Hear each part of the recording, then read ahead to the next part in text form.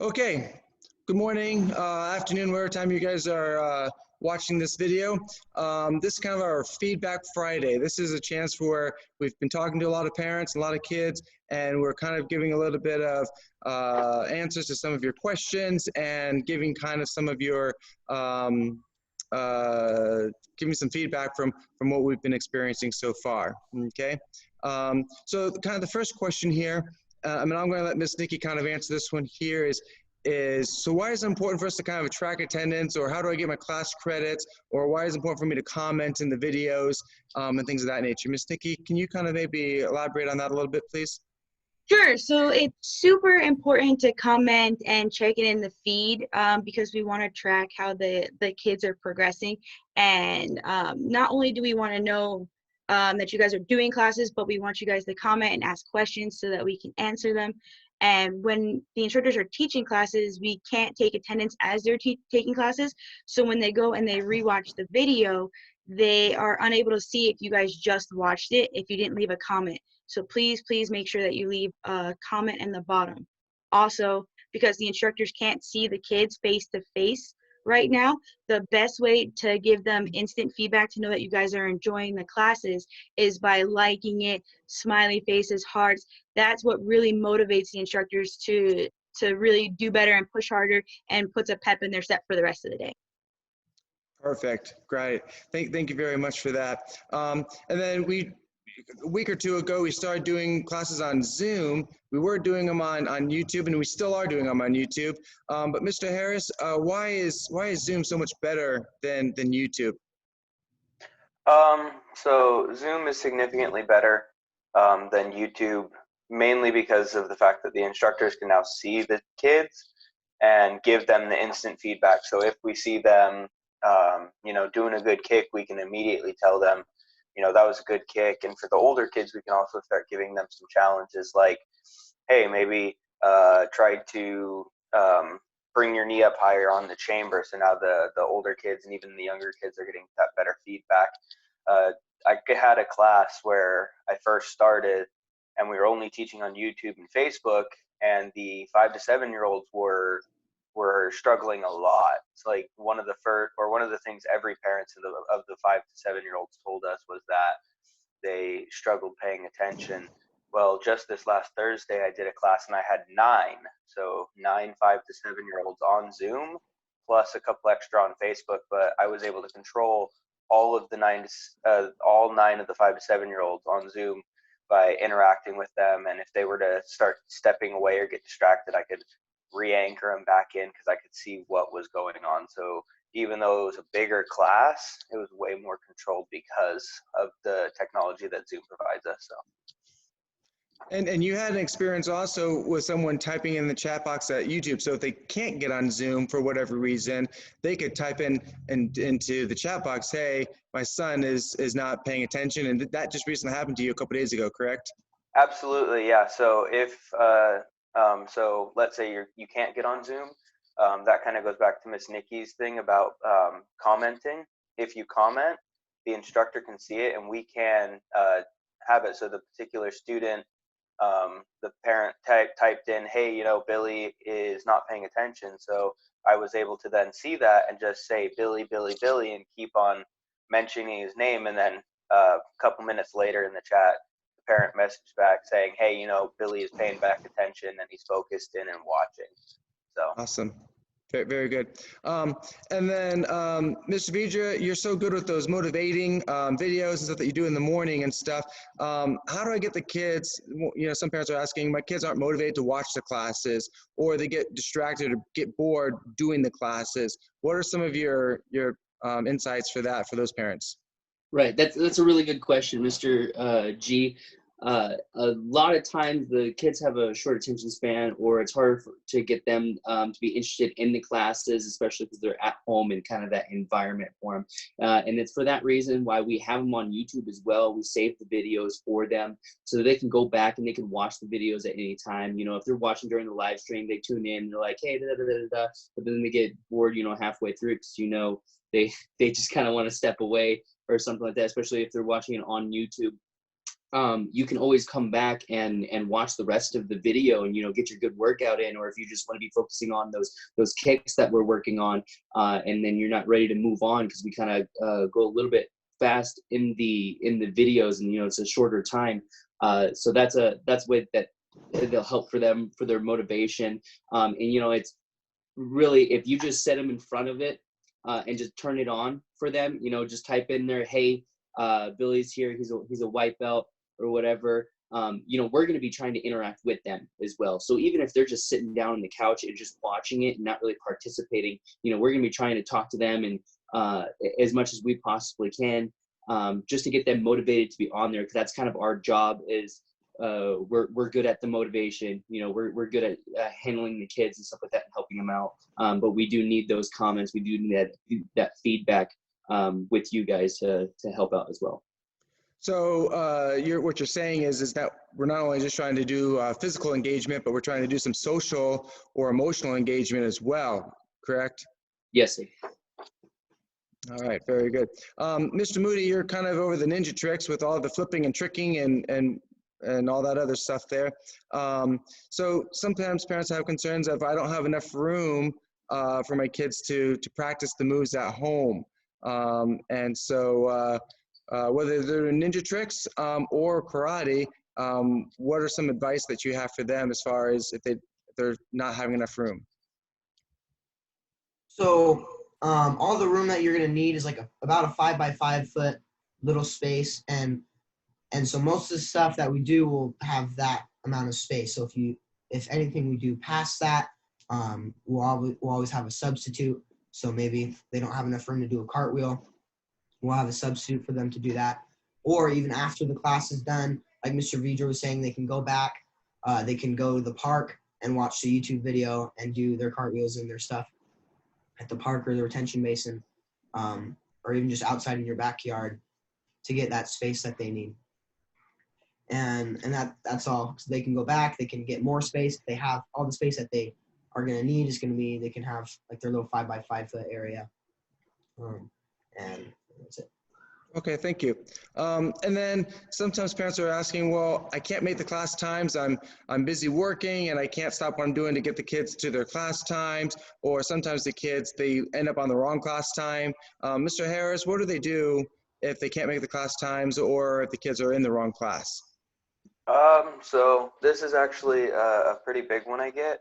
And a couple of the guys have mentioned it already. We do stream on both YouTube and Zoom. The nice thing about YouTube is that it saves all the videos as the stream, and we've gone through and we've put them into playlists too. So you can actually just go onto the PMA Mesa channel. You can go to the playlist for Little Champs, and you can just watch an entire playlist, which at this point probably has like a couple hundred or 2-3 hours of class on there. With that also being said, we're putting out a bunch of YouTube videos and content, me and Mr. Moody and Master G, to give you small little sections. So let's say you don't have the full 30 minutes to sit down. You have like a 2-minute or 3-minute long video that will give you a sparring drill or a roll or a cartwheel that you can watch and do, and that's only 2 to 3 minutes. And then the other option that we're providing is we're doing private lessons. And so you can set up a private lesson just by messaging Miss Nikki and getting in contact with her, and then the instructor and the student can set up at a time that works best for you, and we can do a private lesson with you, and that's on your time schedule, and it's really based on your personal your kid's personality. So we'll be able to dial in on what they need to work on and get them better. The second question there was, what if you end up in the wrong class? And to that, I would answer that there isn't really a wrong class so much as just a not the best class for you. So what I mean by that is no matter what class you end up in, I encourage you to stay in that class and try your hardest to stay along with us. And then that way the kid is still getting the interaction with the instructor's still getting their name. And then if you were to ask and say, hey, my kid that was a little too fast for my kid, I can then answer, hey, well, Billy's a yellow belt, so his class time is going to be at that 4 o'clock time, and we can try and work that out with them too. Perfect. Thank you very much. So, Mr. Moody, another parent was asking about spotting. They're doing back bends and they're doing some of these different techniques that you do a lot of in classes, and a lot of times they're spotting them. Parents don't know how to spot. They're not trained like you have been trained to how to spot and stuff like that. So what is your advice for them? So in any of the techniques that we're going to need spotting for, I'll give a brief explanation of how to spot. I won't make you spot a backflip. That's a little bit too hard, too difficult. It's a little higher level. But for our back bends, a simple arm on the back is all it'll take to spot. And I'll explain that. If you're absolutely not comfortable with spotting, then I'll have a substitute move. For a back bend, they can just start bridge on the ground, go up. For a handstand, we've done climbing the feet on the wall if you're not comfortable catching those legs. But all the spots are super simple, and we'll have a substitute for each of them. Now, I know Mr. Harris has started trying to incorporate a lot of the parents into some of the training classes and stuff like that. And so, Mr. Moody, and we've seen a lot of pictures. We like the the parents are sending in pictures of their kids training at home, and we really, really like seeing that. Some of the kids have gone out and buy mats. Some of them are still on carpet, and some are yet on tile.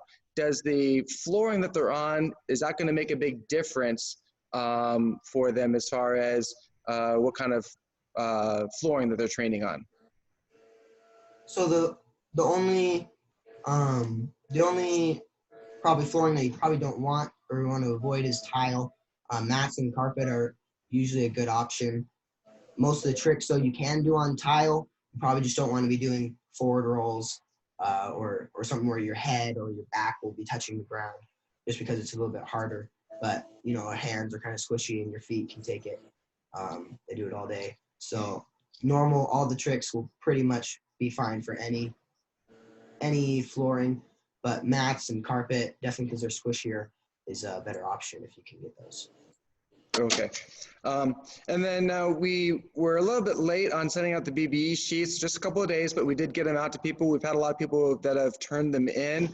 Mr. Vija, can you kind of explain a little bit about why BBE sheets are still important to still do?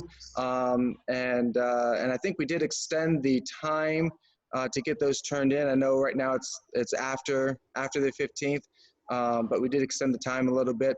So can you kind of talk about the importance of still doing the BBE sheets?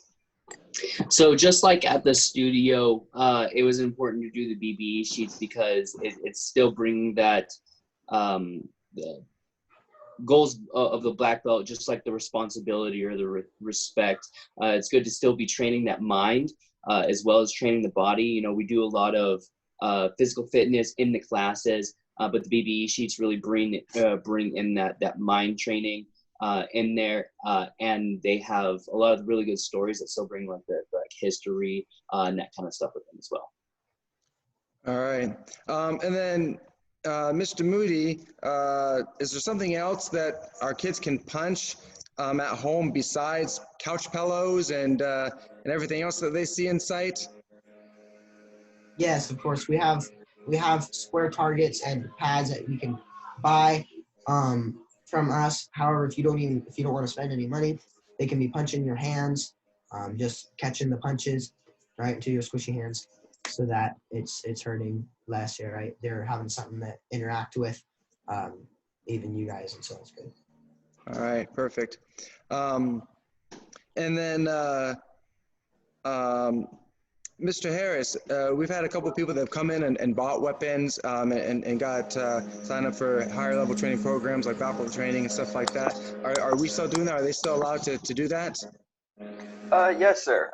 So we're still continuing our upgraded programs. We're still continuing the ability for people to upgrade their students and move on to black belt training.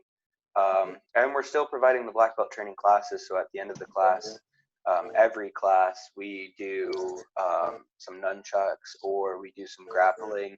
A couple of the students have seen our grappling dummy that we have, and they all think it's pretty funny. But we're definitely still hitting the upgraded stuff. So It's still available. It's still around, and there's an instructor at the studio pretty much all day. So should they want to upgrade or be interested in upgrading, they can definitely reach out to us, and we will, do our best to upgrade them.